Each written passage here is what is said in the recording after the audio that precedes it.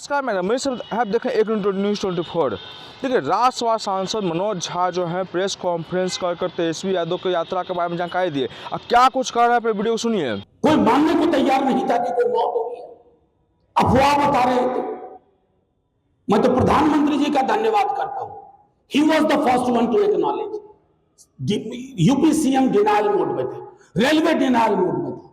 एक व्यक्ति जो खुद रेल मंत्री रहा है, जो धार्मिक व्यक्ति है, उसको कितनी पीड़ा होगी। कुंभ के नाम पे क्या आडंबर कर रहे हो। वहां संगम नोज के पास लोगों की जान गई। आज तक किसी को नहीं पता आज तक नहीं।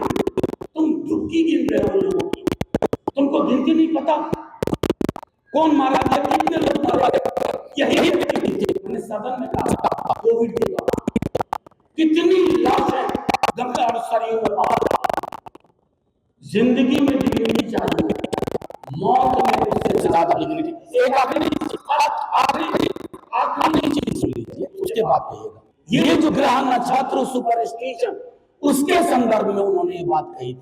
अगर इतनी सी बात लोगों को समझ में नहीं आती तो भला हो कबीर चले गए दुनिया से। ये तो उनकी बातें तो। बिहार को आज विशेष राज्य के दर्जे की जरूरत है।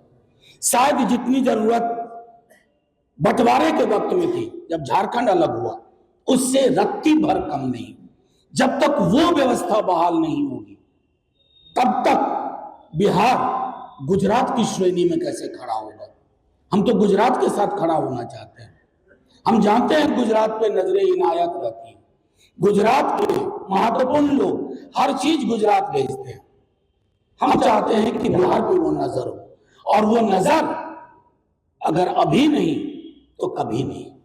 खूबसूरत, संतुलित, जैसा पिछली बार था वैसा आएगा। छोटी छोटी चीजें जरूरत जोड़ी जाएंगी।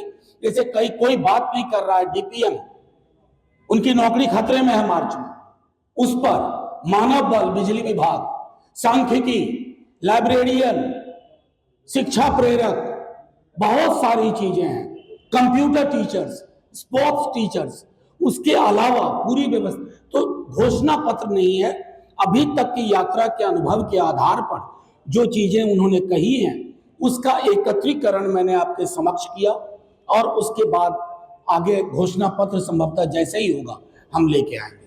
एक सवाल है कि लगातार पूरे पहली बार घूमे, लेकिन आपके प्रदेश अध्यक्ष 3 महीने से पार्टी तरफ नहीं आ रहे, कैसे? नहीं देखिए, ये लगातार हम लोग जाता है कि वही उद्घाटन करेंगे, कभी आते नहीं, क्या कारण? देखिए, कारण एक बात मैं स्पष्ट तौर पे कहूं, किसी भी दल में हमारे सम्मानित वो अध्यक्ष रहे, और वो ही उनकी अध्यक्षता में क्रांतिकारी परिवर्तन हुए, आप यकीन मानिए। और जो भी कयास है सब गलत साबित होंगे। हर इंसान थोड़ा वक्त लेता है। इतनी मेहनत उन्होंने की बैक टू बैक इलेक्शन में, उन्हें थोड़ा वक्त दीजिए। और मैं आपको बता रहा हूं, जगता बाबू लालू जी के साथ के कर्मठ सिपाही हैं। उन लोग किसी भी टिप्पणी कोई कर दे, एरा गैरा नथु गैरा किसी दल का, उससे वो हिलने वाले नहीं है। सब कुछ समुचित होगा। मैं फिर से दोहरा रहा हूं, हर इंसान थोड़ा वक्त चाहता है, एकाकी, तन्हाई का, ताकि वो सोच सके और फिर आगे आ सके।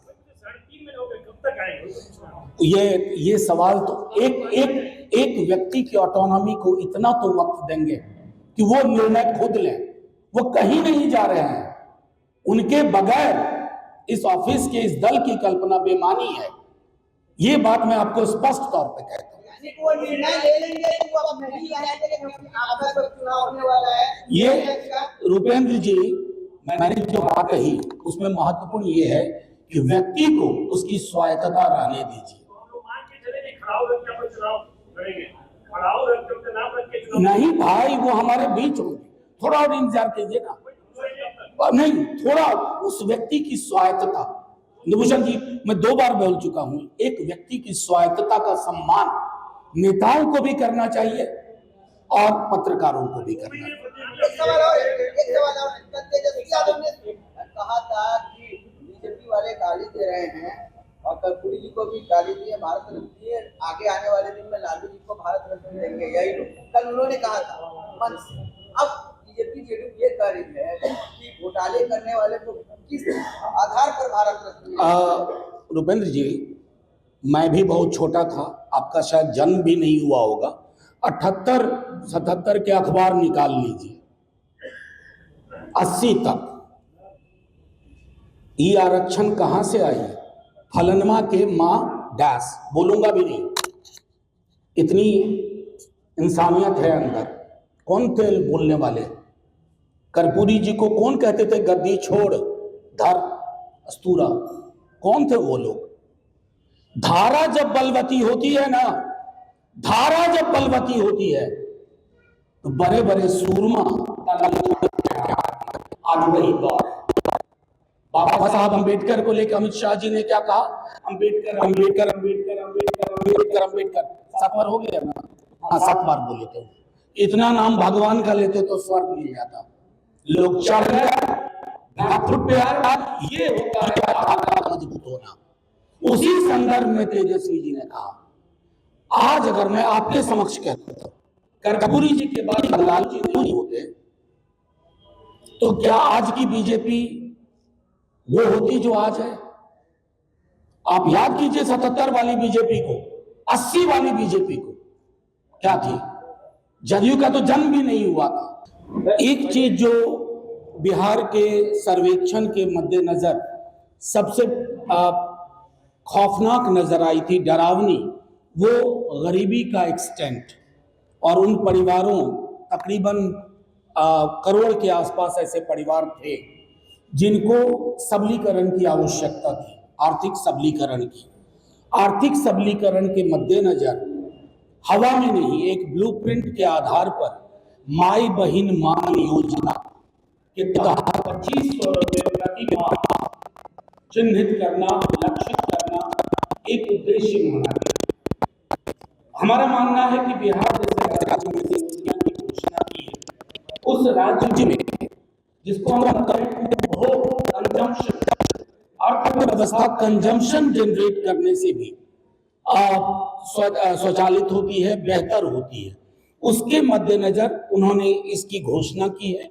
और ये घोषणा मैं समझता हूं क्रांतिकारी बदलाव लाएगी कंजम्पशन पैटर्न में, और आर्थिक गतिविधियां जो मृतप्राय हैं, स्थिर हैं, उनमें भी तेजी आएगी।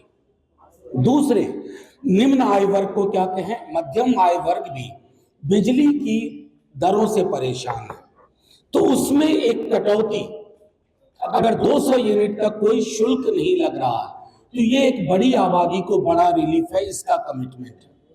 तीसरा, उन्होंने इसी यात्रा के दौरान जो लगातार कहा और जिसको आप सब भली भांति महसूस करते हैं कि वृद्धावस्था पेंशन हो, विधवा पेंशन हो, दिव्यांग जन पेंशन हो, वो 400 रुपये है।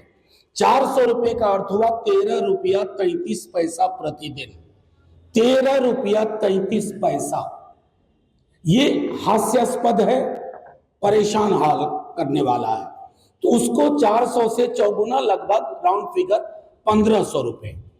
साथ ही उनकी पूरी कोशिश है, एक टीम से बात कर रहे हैं, तेजस्वी जी लगातार विधि विशेषज्ञों से बात कर रहे हैं जो हमें डोमिसाइल के लिए एक रास्ता दिखाए। बिहार में रोजगार पर पहला हक तो स्थानीय निवासियों का होना चाहिए। उस डोमिसाइल को लेकर के, ताकि कोर्ट में बाद में खारिज ना हो, तो हम चाक चौबंद व्यवस्था लेके आना चाहते हैं।